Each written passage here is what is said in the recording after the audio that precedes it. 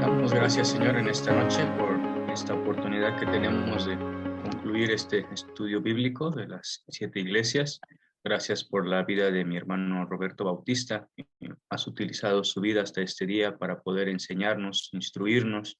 Espíritu Santo, sé con él y también con nosotros para que podamos entender lo que está escrito en su palabra. Te damos gracias en esta noche en el nombre de Jesús. Amén. Amén. Amén. Gracias, hermano, por la oración. Y pues entramos de lleno a nuestra última iglesia de las 7 de Apocalipsis. Pues como verás, han sido iglesias que son como un patrón para las iglesias a través de las edades, hasta donde nos encontramos ahora. Y también son iglesias que se le puede denotar que son parte íntegra de cualquier iglesia en cualquier lugar del mundo, en cualquier determinado tiempo. Desde Éfeso podemos encontrar en la actualidad también iglesias que pierden su primer amor. Podemos encontrar iglesias que están siendo perseguidas, ya tanto por los gobiernos tiranos, dictadores, con filosofías e idiosincrasias distintas del cristianismo. Y hay muchos lugares en nuestro mundo en que la iglesia actual está siendo perseguida, así como también lo fue Esmirna. Luego nos encontramos pues con Pérgamo, la cueva de Satanás, un lugar donde el espiritismo, la idolatría, pues era muy, muy alto. Sin embargo, los hermanos ahí pues luchaban contra eso, pero empezaron a comprometer su fe. Se empezaron a corromper. Y así pues nos adentramos más adentro de lo que es la actual Turquía, y llegamos a Taitira, ¿no? Donde encontramos la inmoralidad y el ejemplo de una gran mujer maldita de Jezabel. Pero que también recordad que de ahí, de esa ciudad, era Lidia, la primera mujer que se convierte en tierra europea. Allá en Tesaloniki, cerca de Tesalónica, se encuentra Filipos, y allí en Filipos pues se encontraba viviendo Lidia, y es la primera que el Señor dice que abre su corazón, y abre su corazón de tal manera que ella pues acepta a Jesucristo. Y esta mujer buena era de Thyatira también. Y no solamente eso, pues hemos visto otras iglesias como la iglesia de Sardis, ¿no? La iglesia que estaba muerta, que aparentemente estaba viva, pero estaba muerta en todas sus acciones y en todas sus obras. Aparentemente haciendo cosas para Dios, pero bajo la carne, no bajo el espíritu. Y así se encuentran hoy en día también por todos lados del mundo iglesias que se encuentran haciendo muchas obras, pero muy poco espíritu. Y la semana pasada, pues, nos deleitamos mucho con la iglesia de Filadelfia, la iglesia del amor fraternal, que hay iglesia que se le llama la iglesia fiel. ¿Por qué? Porque obedecía la palabra de Dios, se mantenía fiel a la escritura, se mantenía bajo la soberanía de Dios, haciendo cosas de acuerdo a la voluntad del Señor. Y Dios no dice nada malo contra ella.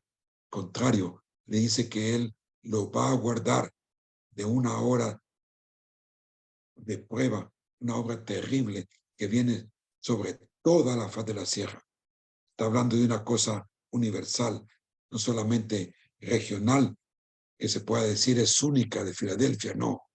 Dice que esa hora de prueba va a ser sobre toda la tierra, y es lo que nosotros pues denominamos como la etapa de la gran tribulación, un lugar donde el mundo va a sufrir muchísimo, muchísimo.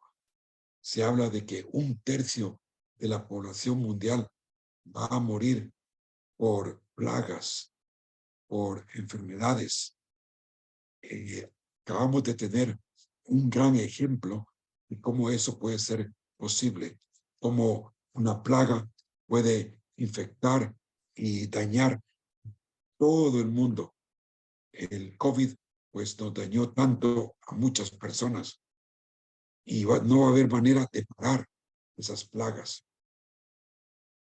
Se nos habla que son plagas que van a afectar la piel, mucho la piel, y mucha gente va hasta desear morirse por los ardores, por los dolores que esas plagas van a causar. Así que, así como dice Mateo, ¿no?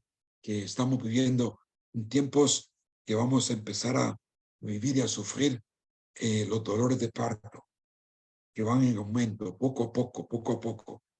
Y estamos casi en un preámbulo de las cosas de juicio que Dios tiene.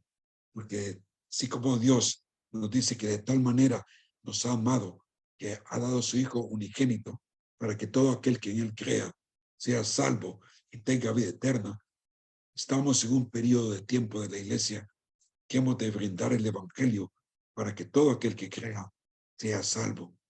Pero asimismo viene un tiempo en que el Señor va a decir, ya basta, no más. Me han visto de amor, ahora me van a ver vestido de juicio. Me van a ver vestido como el león de Judá, como el Dios juez, para impartir, pues, de acuerdo a las cosas que hace el mundo. Así que, con ese preámbulo, llegamos a la Odisea. Y se dice que la Odisea, pues, es la iglesia de los últimos tiempos. La iglesia de Filadelfia y la iglesia de la Odisea como que se intercalan, se interrelacionan, como que se encuentran en un punto de partida que una entra y sale. Porque hoy en día encontramos muchas iglesias fieles y ahora también encontramos muchas iglesias tibias en lo que es su relación con el Señor. Así que en primer lugar tenemos una introducción. Espero que todos ustedes tengan pues sus hojas que se les pudo enviar para que nos puedan seguir pues esto paso a paso. Y vemos que en muy pocos lugares de las Escrituras escuchamos palabras tan duras y despectivas contra el pueblo de Dios. Y es lo que vamos a ver en la Odisea, la cual se nos describe lo mal que Dios se siente por las acciones de esta iglesia. Y la Escritura dice claramente ahí, le dice a esta iglesia, vaya pues, que a lo mejor fueras fría o caliente, pero porque eres tibia, y dice, te vomitaré de mi boca. Son palabras pues muy fuertes que tenemos que tener mucho cuidado pues cómo andamos en nuestros días. ¿Ha visto que tal vez allá pues por algún pueblo o alguna ciudad de Latinoamérica siempre hay distintos nombres que le dan a la iglesia, ¿no? Y en este caso pues menciono acá que hay parece iglesia que se llama Filadelfia, la iglesia de Filadelfia, ¿vale? Justamente allí en Tennessee, cerca de mi casa, hay una iglesia que sí se llama Iglesia Filadelfia. ¿Por qué? Porque es una iglesia buena. Pero ¿qué pasa? Yo no he visto en ningún lado ninguna iglesia que los hermanos digan, oiga, vamos a llamar a nuestra iglesia la Odisea. Y digo, bueno, pero ¿por qué no? Claro, ¿a quién le va a gustar llamarse la Odisea con los antecedentes, con el historial que tiene esta iglesia? No, sería algo atroz. Así que nos encontramos estudiando pues esta iglesia. Vemos que está en una situación caótica. No se dice nada bueno de ella. Es interesante notar que esta iglesia nos habla de las características de la iglesia sobre la tierra antes del arrebatamiento. Antes del arrebatamiento, la iglesia va a entrar en mucha apostasía, es decir, alejamiento del Señor, enfriamiento del espíritu. Va a entrar en decadencia, como en un caos, y sin darse cuenta, la iglesia aparentemente va a creer que está bien, pero no lo está. La iglesia de la Odisea tiene una infección que todavía prevalece en muchas iglesias. Y esto es no darse cuenta que tiene riquezas, pero que en verdad está pobre espiritualmente. Según los estudiosos históricos, nos dicen que la Odisea, pues, fue fundada por un tal Antíoco II. Y él la llamó la Odisea porque quería mucho a su esposa y quería darle algo bonito para su esposa y cogió su nombre y llamó así a la ciudad de la Odisea. Este era un lugar muy poderoso económicamente, un centro de gran producción de telas y lanas. Es por eso que Lidia también aprende por esta zona, de toda esta zona de la parte oeste de Turquía, era un lugar de muchos textiles y se aprende todo eso. Y la Odisea era un centro textil muy fuerte. Como resultado, la iglesia se encontraba muy confiada y relajada por su buen estado económico. No obstante, este esplendor había causado una ceguera espiritual, aunque ellos eran, imaginaos, manufacturaban colirio, un colirio que ayudaba mucho a sanar los ojos en aquella época. Tenían ese ceguero, ese colirio, pero no tenían el colirio espiritual que podía hacerle ver que estaban ciegos espiritualmente. La representación de esta iglesia debería llamarnos a despertar de la autosuficiencia y la apatía espiritual que viven las iglesias en nuestros días. Despertarnos y ponernos activos, como dicen por ahí. Deberían de ponernos las pilas, ¿no? Ponernos las pilas para ver dónde estamos. Así que, hermanos, estamos viviendo en los últimos días antes de que Cristo regrese por su iglesia.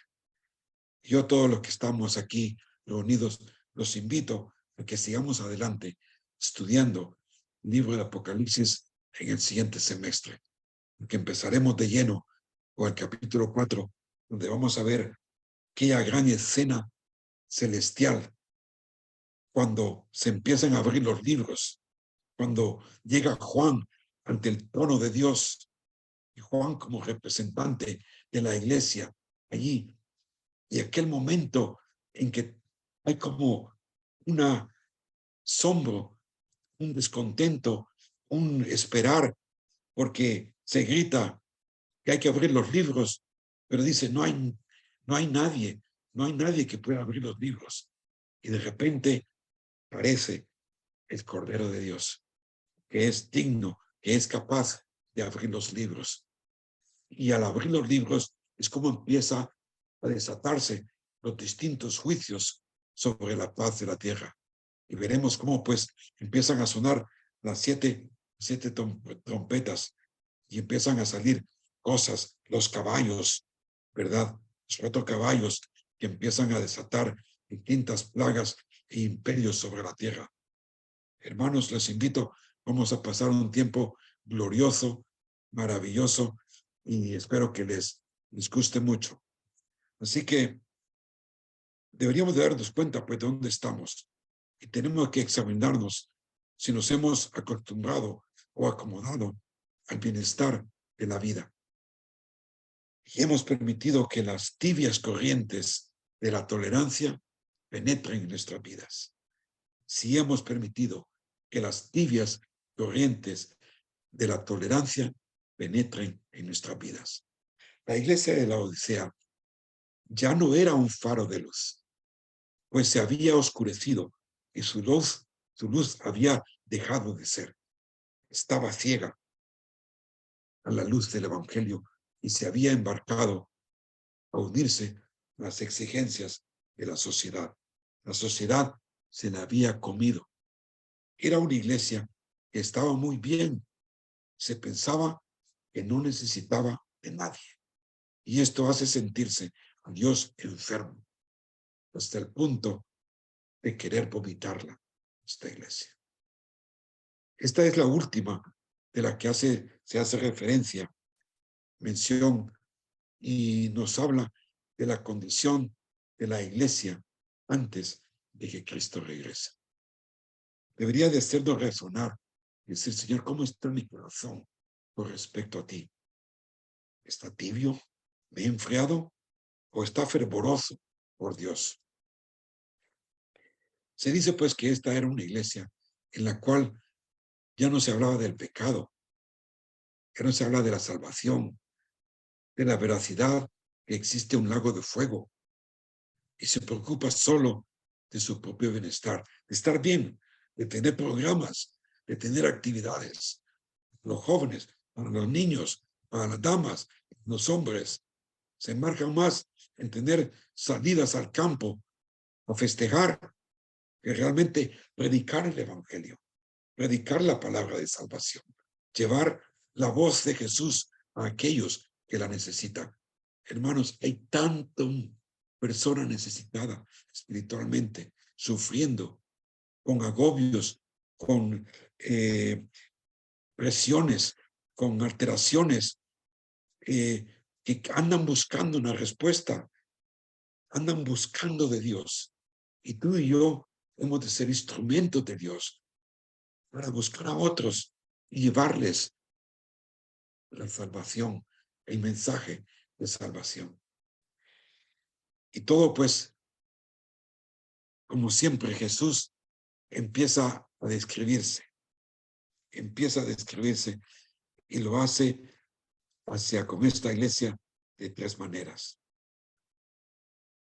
La Odisea, ustedes dicen una cosa, pero son otra, mas yo soy el Amén. Yo soy el testigo fiel y verdadero. Ustedes son falsos. Yo soy el principio de la creación de Dios. Es decir, la Odisea, yo he comenzado esto y lo voy a terminar. Tengo un principio para todo y un fin. Él es el alfa y la omega, pues. Él comenzó la iglesia y va a tener un momento que la iglesia ya no va a estar en este mundo. Nosotros somos creyentes de todos los pueblos del mundo. La iglesia la componen rusos, chinos, vietnamitas, peruanos, costarricenses, estadounidenses, de todas partes. Somos un cuerpo en Cristo Jesús. Y esa era la idea de Dios por siempre, desde siempre y para siempre. Ver que todo el pueblo, de toda la creación, fuesen de Dios, con Él. Y Él lo ha logrado a través de la iglesia. Yo me asombro de tantos lugares que hay y los que Dios me ha permitido visitar. Y me doy cuenta cómo el poder de Dios ha tocado tantos corazones, tantas mentes, y les ha puesto dentro de sí su espíritu, un espíritu verdadero, un espíritu nuevo de pacto real. Y es maravilloso cómo uno puede tener esa comunión. No importa dónde nos encontramos, esa comunión existe por Cristo Jesús. Así que primeramente, Jesús es nuestro amén. Amén, amén, amén y amén. Qué bonito, ¿no? Poder terminar nuestras oraciones en Cristo Jesús. Amén. ¿Por qué? Porque si estamos en Cristo y si Él está hablando, eso es veraz. Eso es cierto.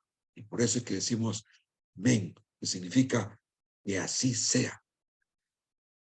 Esto nos habla, pues, de que Jesús es íntegro. Jesús es la confirmación de todo lo que Dios es. El decir que Él es el amén, llegamos a la conclusión de que todo lo que dice es una realidad, es verdad. Nada de Jesús es falso. Todo lo que él dice se lleva a cabo al pie de la letra. Es por eso que por lo que nuestras oraciones terminan con amén. Que así sea, llegando a la conclusión de que todo lo dicho es una realidad, así sea. Una persona que es honesta siempre cumple con todo, siempre habla la verdad, edifica y nunca miente. Jesús es el cuadro de integridad. Él es el amén de Dios. Qué hermoso, ¿verdad? Cuando oremos, hermanos, acuérdense de Jesús, que decimos amén porque Él es verdad, porque Él es genuino, porque Él es realidad. Porque en Él, si obramos nosotros de acuerdo a su voluntad, Él nos oye. Y Él nos va a contestar porque Él nos ama. Qué hermoso saber que hay un amén, amén y amén y amén. Y sentirte relajado, sentirte lleno de corazón, porque confías en que la oración tiene un final concreto en Cristo Jesús. Jesús también es el testigo fiel y verdadero. Ya en la iglesia de Esmirna se mencionaba del testigo fiel también hacia aquella iglesia, porque ellos eran fieles hasta la muerte. No les importaba morir por Cristo. Si los tiraban al Coliseo, ser muertos por los leones o a ser, pues, muertos por llamas o de cualquier tipo de muerte, no les importaba, eran fieles. Jesús testifica de la verdad. Este título nos habla de lo absoluto que Dios es. Muchos filósofos hacen la pregunta, y esto lo estudias en filosofía, ¿qué es la verdad? Pero Cristo transporta este concepto filosófico que la verdad es una persona, no un concepto. Cuando Él dice, yo soy la verdad. No es un pensar filosófico, pues, es la persona de Cristo Jesús. En Él existe toda la pureza y realidad de ser y vivir. Pensar en la verdad es una incertidumbre, pues todo depende del punto de vista que tengas con respecto a algo. Pero si pones tu confianza y esperanza en la persona de Jesucristo, esto lo convierte en una realidad que depende nada más de Cristo y no en lo que yo piense. La iglesia de la Odisea no era verdadera, eran falsos, eran hipócritas, pues habían abandonado Dios. Eran ricos, pero pobres. Tenían salud, pero estaban ciegos espiritualmente. Tremendo como Cristo se presenta, pues, como ese testigo fiel, como el verdadero, como el real. Yo soy la verdad. Es decir, no tienes que buscarla por todo el mundo. Ven a mí, que en mí se cumple todo. También dice que Él es el principio de la creación de Dios. Qué hermoso. Él es el comienzo de todo, aún de la iglesia, desde el día de Pentecostés hasta el arrebatamiento de su iglesia, así será. Él nos creó según su plan redentor para ser primicias juntamente con Él. Y mientras nos acercamos a un fin inevitable, aún más sabiendo que toda su creación gime por el día final de reelección, así como dice Romanos 8:22. Si alguno de ustedes, pues, tiene una Biblia a mano, puede buscar esta referencia para que leamos esto.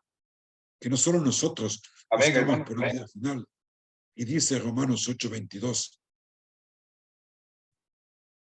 Dice así, hermano, porque sabemos que toda la creación gime a una y a una está con dolores de parto hasta ahora. Así es, la creación gime para ese día de redención, o sea, cuando todo termine, cuando todo sea restaurado.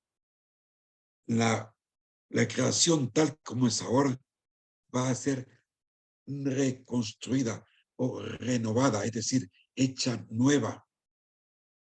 Cuando Cristo establezca su trono sobre la tierra va también a sufrir cambios naturales de lo que es ahora a una situación más perfecta. Cuando tanto la fauna como la flora serán renovadas de una manera de armonía para con el hombre. Y es cuando se nos habla que pues vamos a poder jugar con los leones, con los lobos, porque toda esa maldad dentro de la fauna va a ser restaurada. Este versículo pues nos muestra que Él es la fuente de toda creación. Y aquí tenemos una serie de versículos que tal vez sería bueno pues leer aunque sea uno.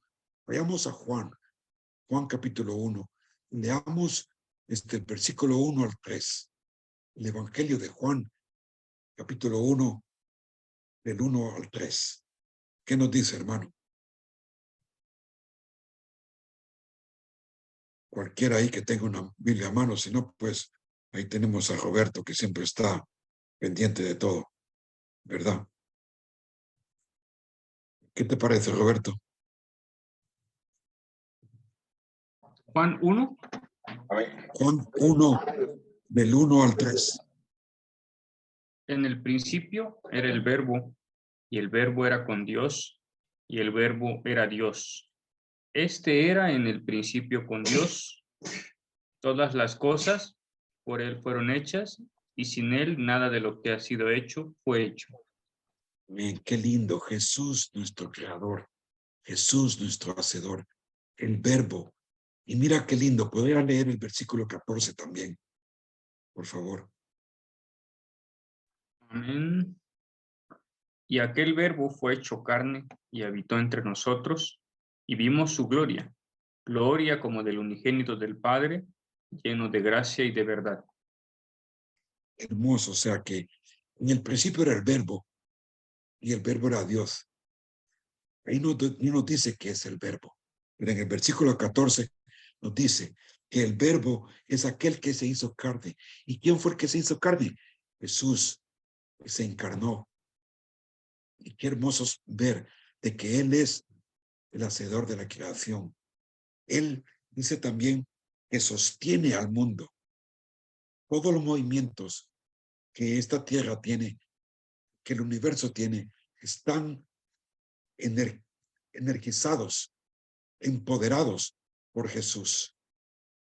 La tierra se mueve, los planetas se mueven, somos parte de una galaxia que tiene un movimiento continuo. Hay tantas cosas que tienen que suceder para que nosotros tengamos vida, que podamos respirar, que podamos ver, para que podamos disfrutar. Qué belleza de cosas. Yo en estos días estoy por California y estoy anonadado de ver la belleza del mar, la belleza de los animales marítimos.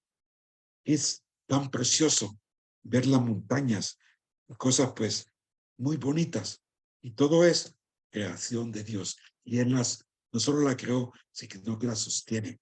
Y en esto también compartir con ustedes, hermanos, que Dios te creó a ti tal como eres. Tal como eres, Dios te creó. Y no solamente te creó, sino que Él te sostiene. Él es el que te da vida, es el que te da aliento, fuerza, para vivir día a día. A Él, pues nosotros hemos de postrarnos en gratitud porque nos ha hecho tal como somos y aceptarnos tal como somos. Y si alguna falta tenemos, abogado es también para perdonarnos y limpiarnos de todo mal y hacernos hacedor de Él, vivir para Él, conectados con Él. Así que la razón por la cual Jesús se presenta a sí mismo como el principio es para recordarnos que todo tiene un principio y un fin. Y Jesús es el alfa y la omega, el comienzo. Él comienza y termina todo. Y así lo es.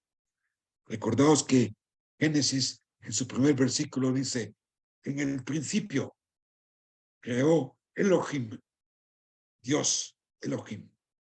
Y Él creó. ¿En cuándo? En un principio. Y así como todo tiene un principio, tiene un final. Porque esa también es una ley científica, ¿no? Que todo comienzo tiene un final. Y dice Jesús que Él es el alfa y la omega de todas las cosas. Tenemos un gran Dios.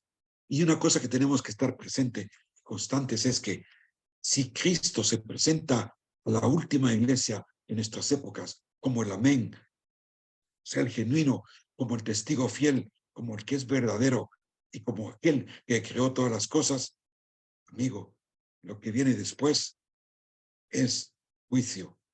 Es como decirle, mira, ya les di todo, les he dado todo lo que yo soy. ¿Por qué no me buscáis?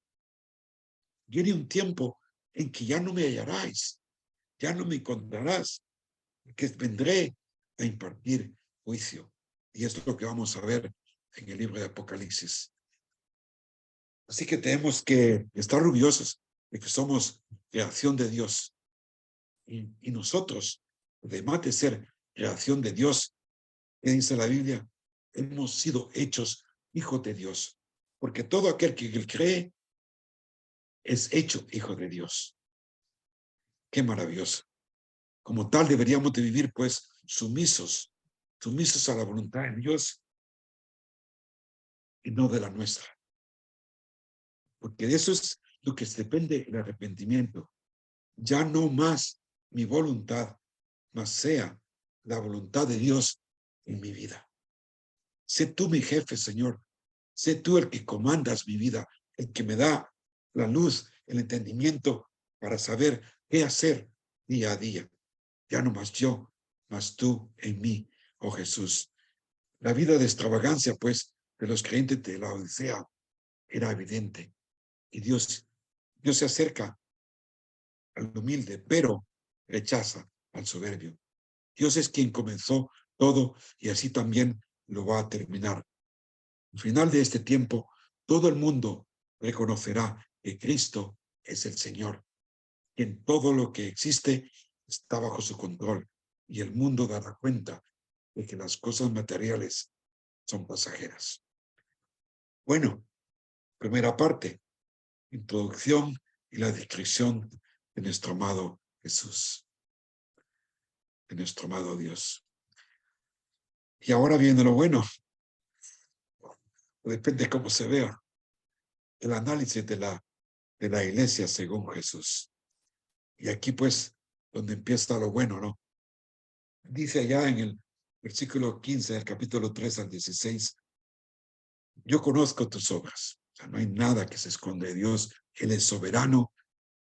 Él sabe todo lo que hacemos a escondidas. Él lo conoce. Y a la iglesia que le dice y dice, yo sé que no eres ni frío ni caliente. Ojalá fueras frío o caliente. Así, pues, lo que eres tibio y no frío ni caliente, te vomitaré de mi boca. La palabra tibio hace referencia, hermanos, es como una analogía geográfica de aquel lugar. La palabra tibio hace referencia a unos nacimientos de agua que comienzan en la parte alta de Hierápolis.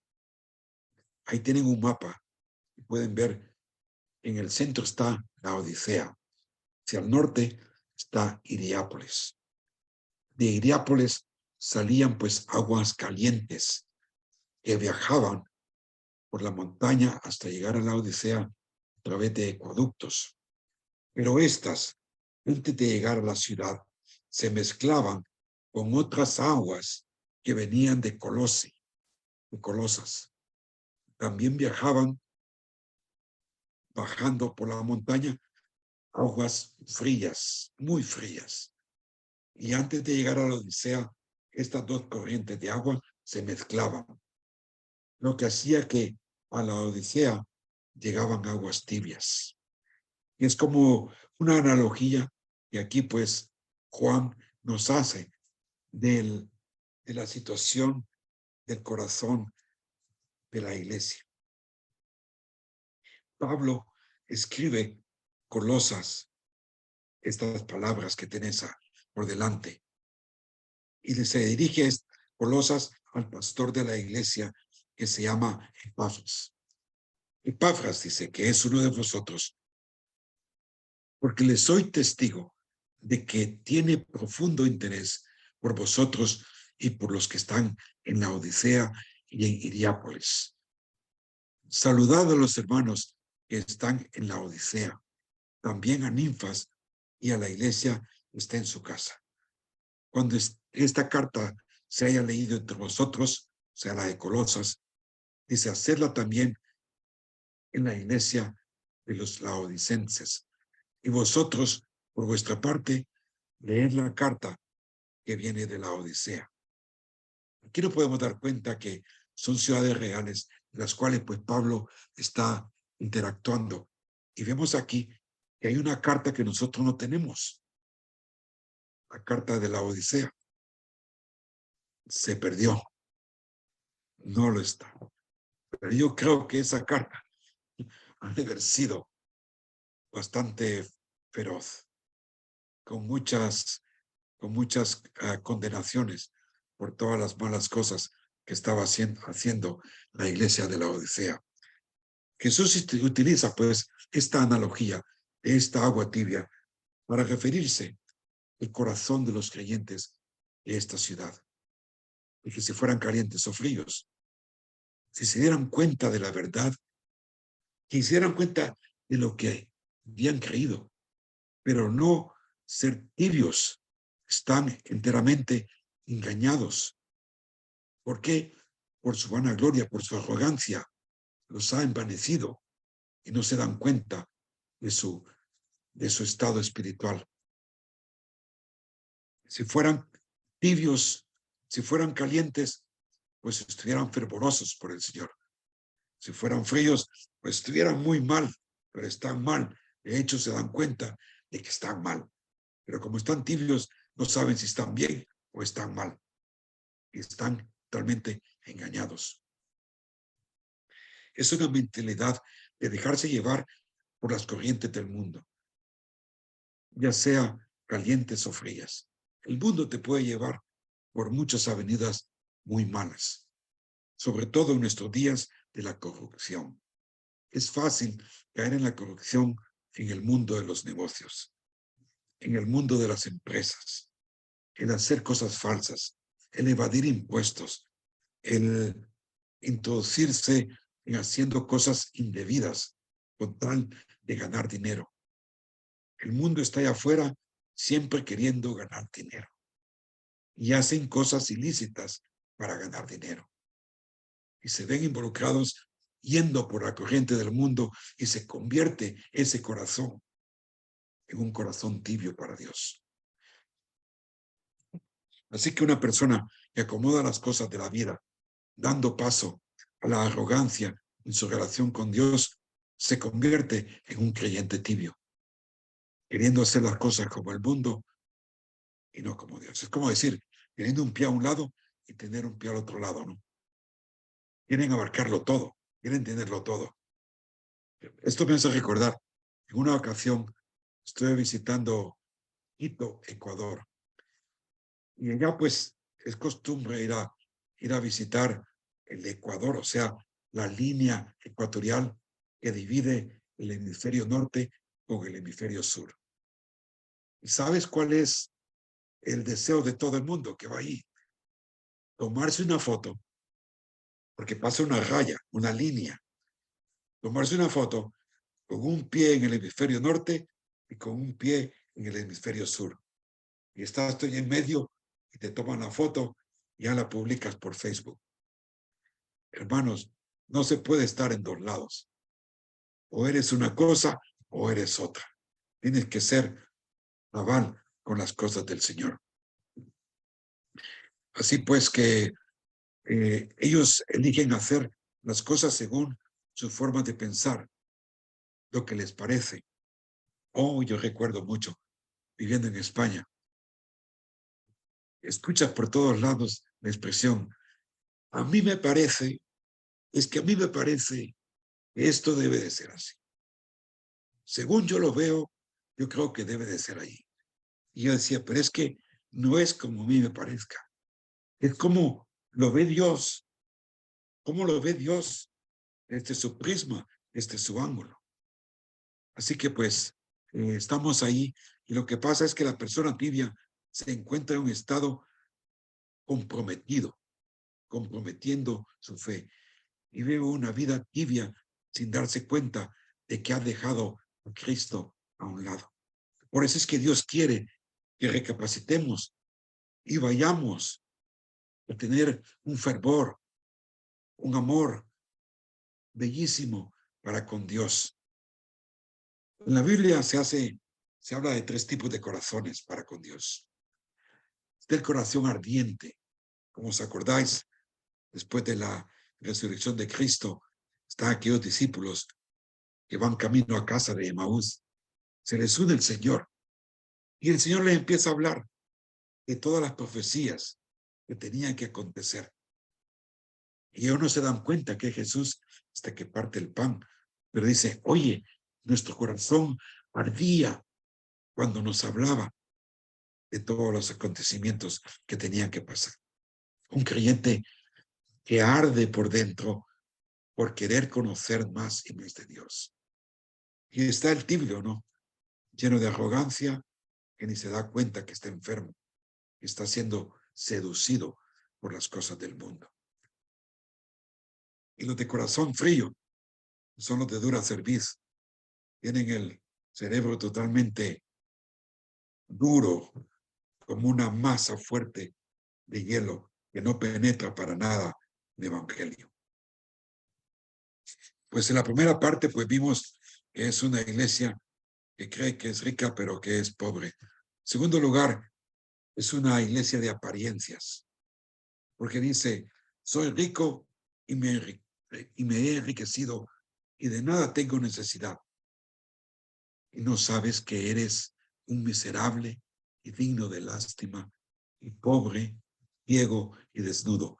Bueno, esto es una tremenda descripción para con esta iglesia. Imagínate en el momento que leían esto para con ellos mismos, porque estas eran cartas que llegaban a ellos, que tenían que leérselas a sí mismo y escuchar esto decir, no sabes que eres un miserable, un digno de lástima, pobre, ciego y desnudo. Esto les hace un examen exhaustivo, ya que ellos creían no tener necesidad de nada, vivían en sus propios lujos y el Señor les hace ver su condición, les hace ver a que Dios mide las cosas de una manera diferente. Ellos se encontraban en una situación muy crítica. Ellos eran miserables a pesar de su aparente estado de riqueza y bienestar. Eran pobres porque estaban sin posesiones reales y eternas. Eran cristianos de apariencia y no se enteraban de que sus riquezas no durarían para siempre. Estaban ciegos de cosas que solo pueden ser vistas con ojos espirituales. Y estaban desnudos de ropas espirituales, de los vestidos de justicia que pertenecen a todo verdadero creyente de Dios. A pesar de que ellos vestían ropas extravagantes de seda y lana, frente a Dios estaban desnudos. Así se encuentran muchas de las iglesias cristianas, llenas el verdadero andar en Cristo Jesús. Es una pena que muchas iglesias en Europa, una de la Reforma, hoy en día son solo una sombra de lo que una vez fueron. De su esplendor solo se encuentran iglesias casi vacías o a punto de cerrar. Y esto nos hace preguntarnos, ¿cómo está nuestra iglesia? ¿Somos una iglesia extravagante? ¿Somos humildes? Humildes. Así que una iglesia rica, pero pobre, desnuda y ciega. Bonito este versículo, ¿no? Te aconsejo que compres oro refinado por fuego para que te hagas rico y vestiduras blancas para que te vistas y no se manifieste la vergüenza de tu desnudez y colirio para ungir tus ojos para que puedas ver. Qué tremenda ilusión de lo que Dios quiere para con nosotros y darnos unas verdaderas ropas espirituales. El consejo que se da a la iglesia es de pura ironía total. Se le pide que compren de Dios oro refinado por fuego, es decir, que todo lo que ellos tienen se va a quemar como trapos viejos y sucios, y que ellos visten, lo que ellos visten no tiene validez eterna. Las ropas de Dios, las que Él da, esas vestiduras blancas, son eternas, son puras y son de oro eterno. El dinero que tenían no era de valor para alcanzar lo que necesitaban, madurez y sanidad espiritual. Ellos no tenían riqueza espiritual, aquella que es refinada en el fuego, el sufrimiento y la obediencia. Hermanos, su fe, mi fe, ha sido refinada bajo muchos sufrimientos, bajo muchas agonías, bajo mucho clamar a Dios. Y Dios nos ha hecho sus hijos y nos ha dado vestiduras blancas que vestiremos a la hora de encontrarnos con Él. Así que demos gracias a Él por lo que Dios nos ha dado. La Biblia habla mucho acerca del dinero y las riquezas. Pablo escribió a Timoteo para exhortar a la iglesia en Éfeso. Dice, enseñarles que hagan bien, que sean ricos en buenas obras, generosos y prontos a compartir, acumulando para sí el tesoro de un buen fundamento para el futuro, para que puedan echar mano de lo que es la verdad en la vida eterna, ¿verdad? Es decir, Dios los llama, no dice nada malo de las riquezas, sino que las usemos bien, que las usemos para buenas obras, que las usemos para compartir, para ser generosos, para dar a los demás.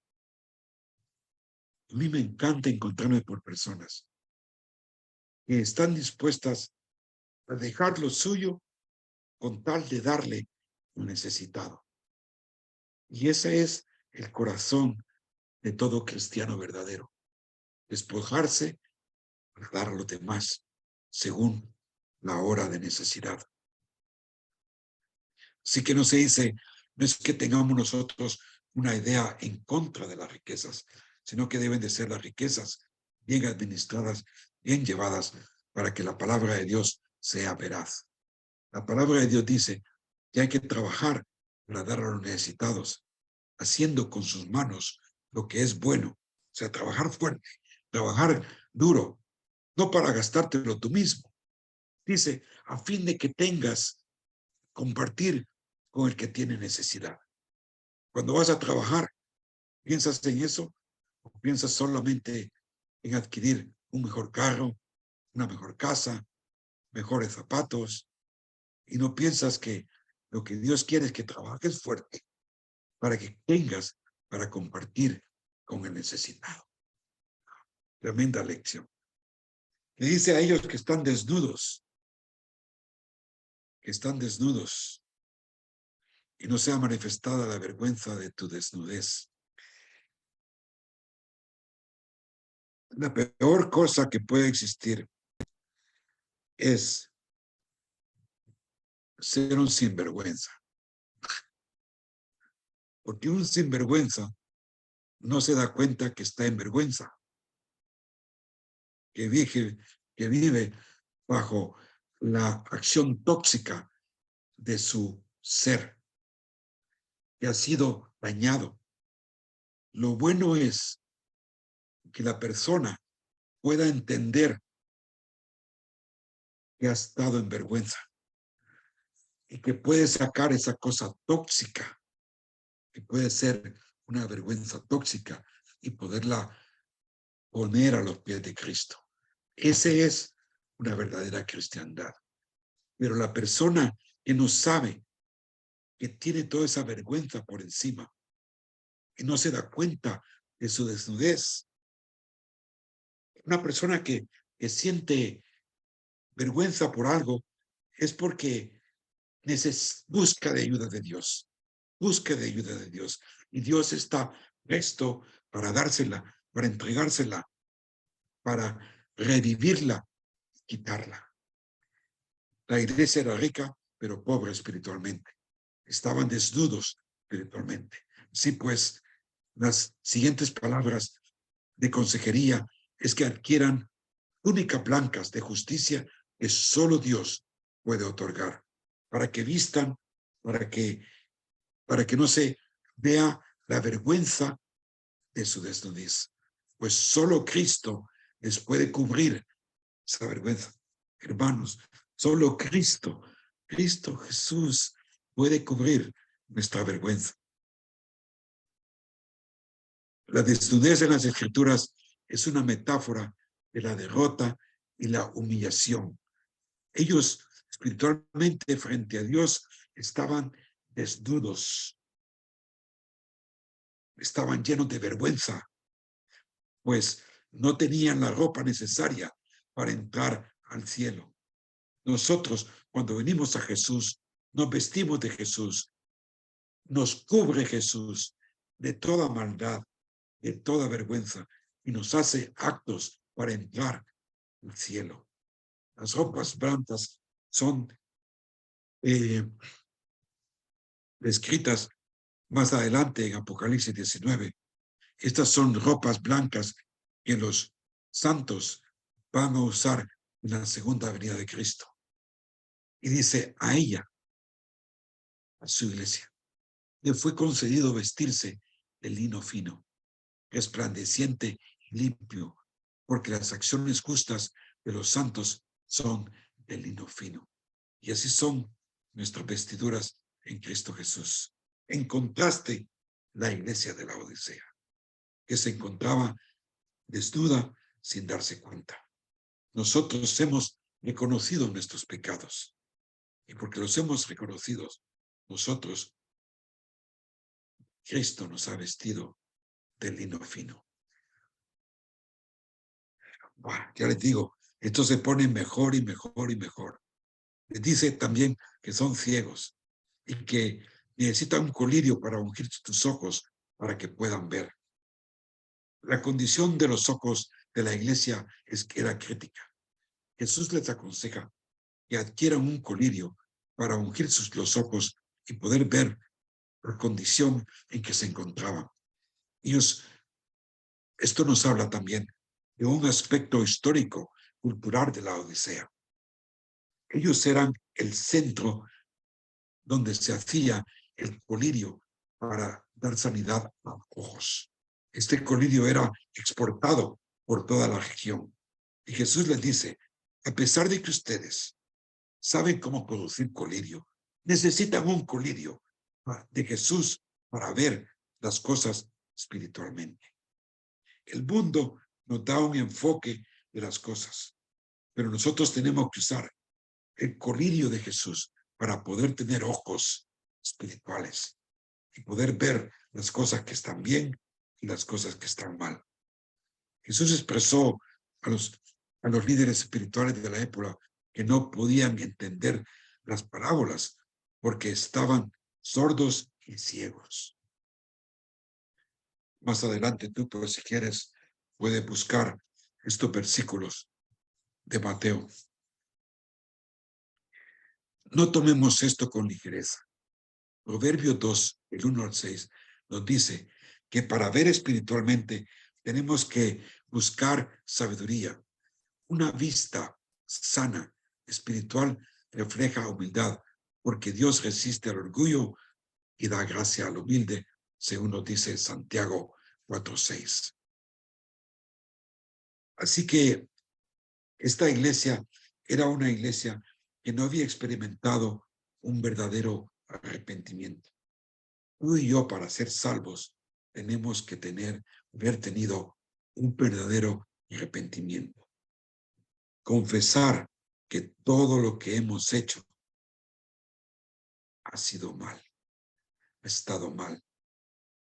Todo lo que hacemos ha sido mal. ¿Pero qué? Dios me perdona y me limpia. ¿Pero qué más? El arrepentimiento. Es decir, ya no lo vuelvo a hacer. Ya no lo vuelvo a hacer. Ahora voy con Cristo. Ahora voy de su mano. Y Él es mi protector. Él es mi guiador. Él es el que me ha dado la fe que tengo. Porque yo creo en Él. Pues puedo marchar en victoria. El arrepentimiento mueve no solo los labios, sino también el rugir, el vibrar de tu voluntad para ir en la dirección correcta. Para que esto suceda, primero tiene que haber una confesión real, la cual mueve tu mente y tu corazón a estar totalmente de acuerdo con Dios con respecto al pecado. Y luego el arrepentimiento, que mueve tu voluntad en dirección correcta. Así que la confesión y el arrepentimiento tienen que ir de la mano. Dios nos ama y porque nos ama, Él nos disciplina, como nos dice en Hebreo 12, 5, 6. Además, habéis olvidado la exhortación y como a hijos se nos dirige. Hijo mío, no tengas en poco la disciplina del Señor, ni te desanimes al ser reprendido por Él. Porque el Señor, el que ama, disciplina y azota a todo aquel que recibe por hijo. El amor de Dios va más allá de nuestro entendimiento, pues nosotros no merecemos ese amor tan sublime, sacrificial, profundo, y es porque Él nos amó, que nos disciplina, es decir, nos hace pasar por pruebas para que recapacitemos, nos arrepintamos y volvamos a reposar bajo sus alas. Y estando allí, hacernos reflejar su amor con todo el esplendor de cristianos que son fieles, testigos y verdaderos proclamadores de la palabra. Tu gloria será evidente en nuestras vidas. De otra manera, todo aquel que no recapacite y obedece al llamado del Señor está destinado a destrucción. Y casi para terminar, hermanos, esta representación de Cristo que es bellísimo. Una iglesia sin Cristo, o una iglesia que ha puesto a Cristo afuera. Encontré este cuadro de este famoso pintor de William Holman Old. Es un cuadro que muestra a Cristo tocando la puerta. Está tocando la puerta. Por un lado, Él es la luz del mundo. Y es la que la iglesia dentro de esta puerta tiene que estar proclamando. Pero están haciendo otras cosas, ocupados. Y ahí está Jesús llamando a la puerta. He aquí yo estoy a la puerta y llamo.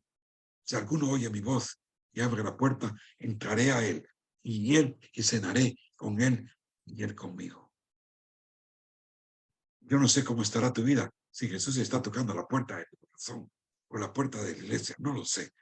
Pero este versículo se usa mucho para evangelizar. No es su principal propósito, pero creo que puede ser usado como una ilustración de cómo Dios desea que todo el mundo abra su corazón para Jesús. No obstante, esta es una de las invitaciones más hermosas que Jesús está haciendo a su propia iglesia. está este cuadro de la situación de Cristo, la iglesia de los últimos días.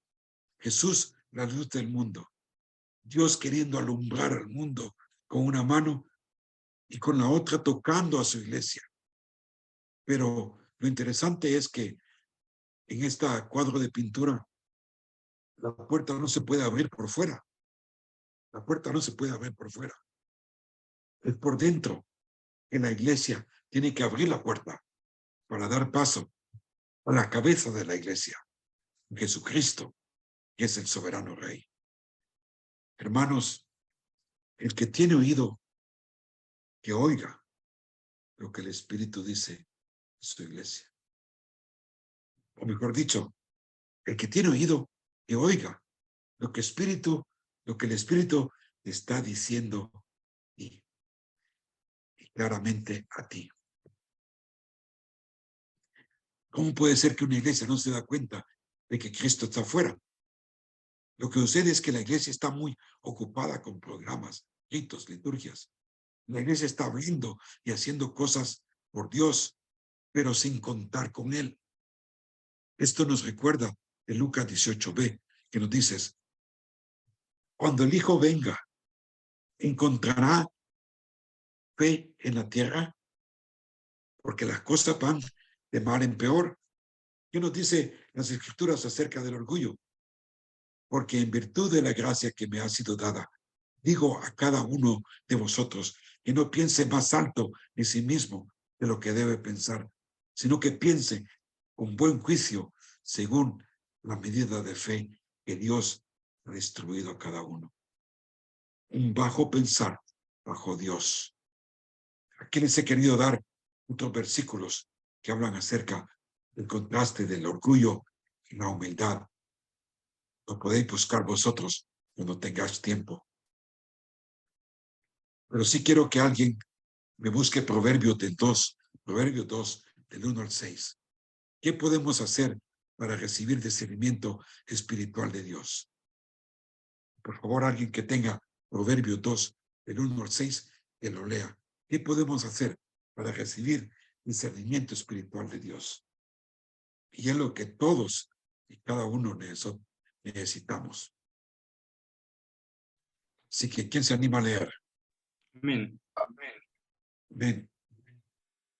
Hijo mío, si recibieres mis palabras y mis mandamientos guardares dentro de ti, haciendo estar atento tu oído a la sabiduría, si inclinares tu corazón a la prudencia, si clamares a la inteligencia y a la prudencia dieres tu voz, si como a la plata la buscares, si la escudriñares como a tesoros, entonces entenderás el temor de Jehová y hallarás el conocimiento de Dios, porque Jehová da la sabiduría y de su boca viene el conocimiento y la inteligencia. ¿Qué necesitamos para discernir? Conocimiento e inteligencia. Con conocimiento e inteligencia adquirimos también sabiduría. Y todo esto nos lleva a temer a Dios. Ahora bien, para poder adquirir eso, nos dice que hemos de escudriñar las Escrituras. Son ellas las que nos va a dar inteligencia, nos va a dar el conocimiento, la sabiduría para poder discernir. Así que si somos falta de discernimiento, sigamos escudriñando las Escrituras, investigándolas, rumiándolas, memorizándolas. Aunque nos cueste, esfuérzate, sé valiente para seguir adelante en esa empresa y de esa manera pues tener discernimiento y darnos cuenta de que tenemos ropas blancas, de que tenemos buen colirio, de que necesitamos pasar por cosas para que Dios nos enseñe una y mil cosas. Hermanos, para terminar, es precioso. Al vencedor dice que le concederé sentarse conmigo en mi trono, como yo también vencí y me senté con mi Padre en el trono. Ahora bien, dice la palabra, el punto principal de lo que se ha dicho es este. Tenemos tal sumo sacerdote, el cual se ha sentado a la diestra del trono de Dios en los cielos. Cristo está en autoridad para nosotros. Y hermanos, pues un regalo para todos, ¿no? Este versículo. Puesto los ojos en Jesús, el autor y consumidor, quien por gozo puesto delante de él, de un gozo puesto delante de él, él soportó la cruz, la aguantó, sufrió, llevó todo el pecado. Y dice que porque eso hizo, él menospreció la vergüenza. La vergüenza es el peor mal que puede haber en la vida de todo cristiano. Pero debemos de darnos cuenta que él totalmente la desechó, porque él en la cruz llevó la vergüenza de todo el mundo. ¿Y qué pasa más? Se ha sentado a la diestra del trono de Dios. Alabado sea Cristo Jesús. Por esto están delante del trono y le sirven día y noche en su templo. Y él está sentado en el trono, tendiendo su mano, extenderá su tabernáculo sobre todos nosotros. La obra está hecha, el trabajo está hecho. Nosotros simplemente tenemos que rendirnos a él. Decía Pablo, mi oración es que los ojos de vuestro corazón sean iluminados, para que sepáis cuál es la esperanza de su llamamiento, cuáles son las riquezas de la gloria de su herencia en los santos, y cuál es la extraordinaria grandeza de su poder para con nosotros, los que creemos, conforme a la eficiencia y de la fuerza de su poder, el cual obró en Cristo cuando se resucitó de entre los muertos y se sentó a la diestra en lugares celestiales, muy por encima, digamos muy bien,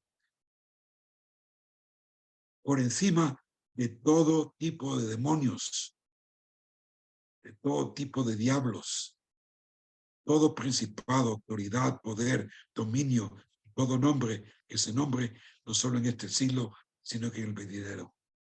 En la cruz, cuando él se sentó, aplastó totalmente Satanás y no tiene nada que ver con nosotros, mas nosotros tenemos todo en Cristo Jesús porque somos coherederos con él. Y todo sometió bajo sus pies y a él le dio por cabeza sobre todas las cosas y la iglesia, la cual es su cuerpo, la plenitud de aquel que lo llena todo y en todo, nuestro Jesús. ¿Qué más podemos decir? Que el plan de Dios para las edades es perfecto y digno de ser alabado. Por supuesto, nosotros debemos también en oración estar firmes y obedecer su palabra. Amén, amén. Que Dios los bendiga, hermanos. Los quiero mucho y cuéntenme, ¿qué les ha parecido? ¿Qué testimonios tienen? ¿Algún comentario? ¿Algo que compartir? Me gustaría escuchar de ustedes ahora, por supuesto, una pregunta. Adelante.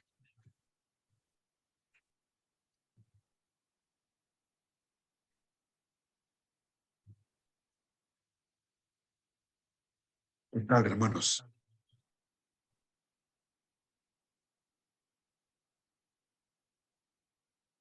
¿Qué pueden decir? Hermano, tal vez que con esta iglesia, la Odisea, ¿verdad? Que Sí. no eran ni fríos ni calientes, ¿verdad? Sino tibios, ¿verdad? El típico de muchas iglesias hoy día, ¿verdad? Qué difícil, demasiado difícil, ¿verdad? Porque de ahí no hacen ni una ni otra. El problema no es ese, sino la expresión, lo que el Señor dice, ¿verdad? Te vomitaré de mi boca. Y esas son palabras muy fuertes, ¿verdad? Sí, es muy fuerte. Por eso es que sí, tenemos que examinarnos cómo estamos, ¿no? ¿Qué es lo que Jesús está diciendo y haciendo? Yes. ¿Qué más, hermanos? ¿Qué más les pareció? ¿Qué aprendieron? ¿Qué les gustó? Aló. ¿Aló? Buenas noches. Buenas noches. Bueno, yo creo que esta es una enseñanza muy grandiosa por cuanto tenemos que examinarnos exactamente dentro de cuál iglesia nos encontramos nosotros como cuerpo de Cristo, pues, cada uno por separado. Y tal vez como dice la Escritura, pues, o sea, la sangre de Cristo es la que nos purifica, nos limpia de todo pecado, purifica nuestros pecados y ir completamente limpiando esa mancha y esa arruga para poder entrar con esa túnica blanca, como dice la palabra, pues porque en el reino de los cielos no entra ni sangre ni carne, sino simplemente la persona completamente confesa, la persona completamente arrepentida y la persona completamente obediente, sujetada, perseverando en la palabra. Sé que hay, o sea, tenemos muchas luchas, tenemos mucho que seguir aprendiendo, mucho que seguir combatiendo, pero tenemos que sujetarnos, en verdad, la misma palabra lo dice, tenemos que vivir, o sea, armado, como dice Pablo, con la armadura de Dios, que es la oración, seguir orando y mantener ese sello que nos ha dado, ese sello. Si nosotros mantenemos las arras, que es la garantía para entrar al reino de los cielos, podemos decir, bueno, estamos completamente, pertenecemos precisamente a ese remanente de la iglesia que Jesús viene a buscar. Pero no salirnos de allí, no desviarnos, no desenfocarnos y no salir de que ese sello en el cual ya nosotros estamos sellados no se contricte, o sea, que esté completamente en comunión con el Espíritu Santo. Amén. Gracias, Simón, gracias. ¿Quién más? ¿Alguna palabra de ánimo? ¿Testimonio? ¿Qué te pareció? ¿Qué te gustó? Buenas noches. Buenas noches.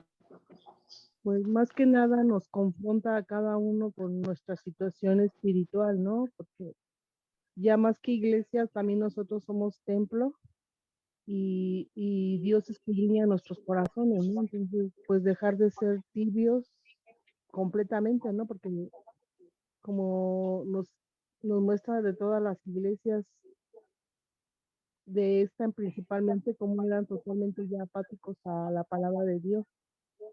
Y cuántos de nosotros vamos en el camino y luego retrocedemos por nuestros pecados, pero como usted bien dice y dice la palabra, pues Dios nos redarguye y nos confronta con nuestra realidad y todavía aún tenemos la gracia de Dios para que Él nos perdone y seguir en el camino hacia la meta, ¿no?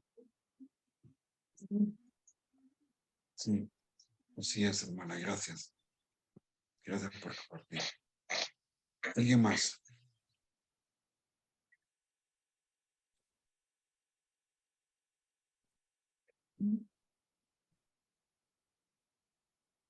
¿Alguien más que quiera compartir por último?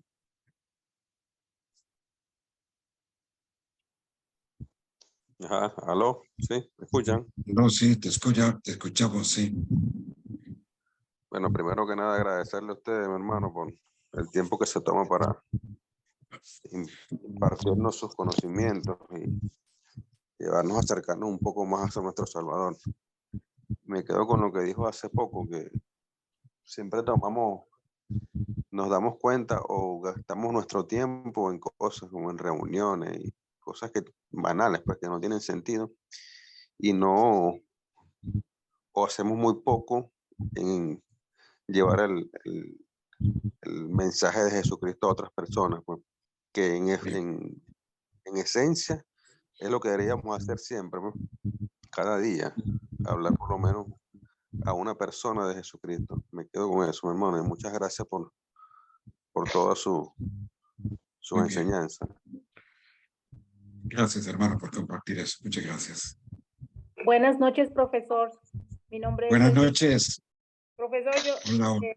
Yo he visto, bueno, gracias por sus clases, gracias por su tiempo, gracias, como dicen los demás, me uno con lo que han dicho los demás hermanos, y pues yo los he visto en las clases en YouTube, yo las tengo que repetir como unas 2 veces, yo me gustó mucho la iglesia de Éfeso, y en esta, yo así como que, ay, nanita, no, dije, ni ¿cómo? Ni Tibia, frío ni caliente.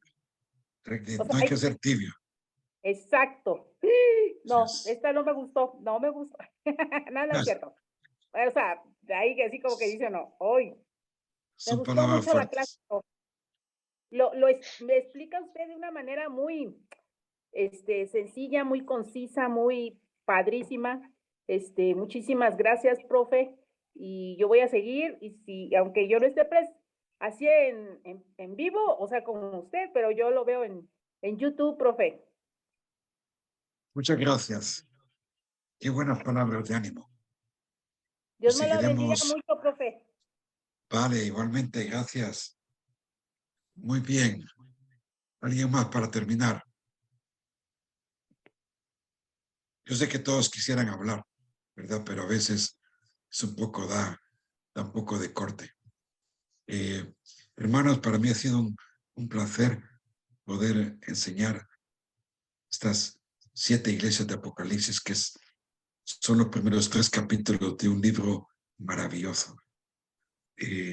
Los invito, pues, a que sigamos adelante el siguiente semestre, que nos unamos nuevamente para seguir escudriñando las Escrituras. Mi deseo no es darles mi opinión, sino que compartir con ustedes el reflejo de la palabra de Dios, exponer lo que la palabra de Dios dice. Yo creo que si hacemos eso, vamos por buen camino.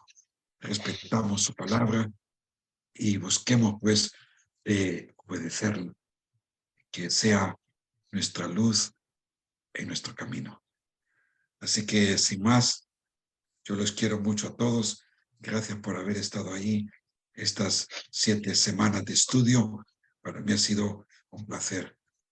Sí, hay mucho trabajo por detrás, pero ver sus testimonios, ver sus rostros, ver su constancia, pues es de muchísimo ánimo para seguir adelante. Así que, sin más, pues muy buenas noches. Yo creo que alguien va a terminar en oración, ¿verdad? Sí, amén. Bueno, yo de mi parte, hermanos, agradecerles también la participación de todos ustedes, porque francamente es una gran bendición estar en este grupo tan lindo, con todos los aportes que ustedes hacen, aprenden bastante y poquito a poco no nos sintamos mal. A veces, pues tal vez le cuesta no hablar un poquito, pero así empecé yo también, poco a poco, ahí pues el Espíritu Santo nos va a guiar y vamos a salir adelante, ¿verdad?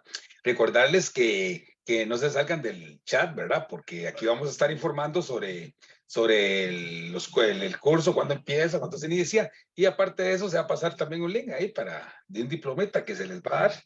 Entonces, permanezcamos ahí, no se preocupen que el chat se cierra, ¿verdad? Entonces, eso no les va a llenar a ustedes ¿cómo se llama? El teléfono tal vez de imágenes, etcétera, ¿verdad? Entonces, nada más agradecerles y pedirle a la hermana Ada Smith que nos despida en oración.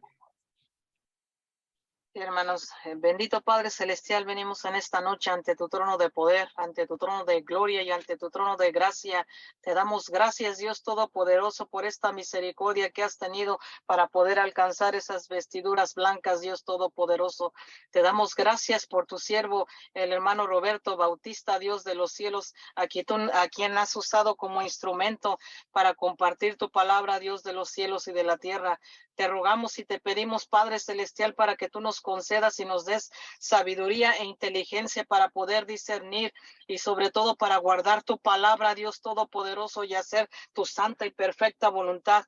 Padre Celestial, te rogamos y te pedimos, Dios de los cielos y de la tierra, por todos y cada uno de los que han de ser salvos, Padre Celestial, pero muy especial te pedimos en esta noche por todos y cada uno de nuestros familiares directos e indirectos, Dios Todopoderoso, a quienes tú, por tu gracia, vas a alcanzar, Dios de los cielos y de la tierra, para que no lleguen a ese lugar de tormento, que tú los rescates, Dios Todopoderoso, tú los traigas y tú les compartas de tu salvación, Dios de los cielos y de la tierra. Gracias por la vida de todos y cada uno de los hermanos que estuvieron presentes en esta meeting aquí en el Zoom, Dios de los cielos y de la tierra.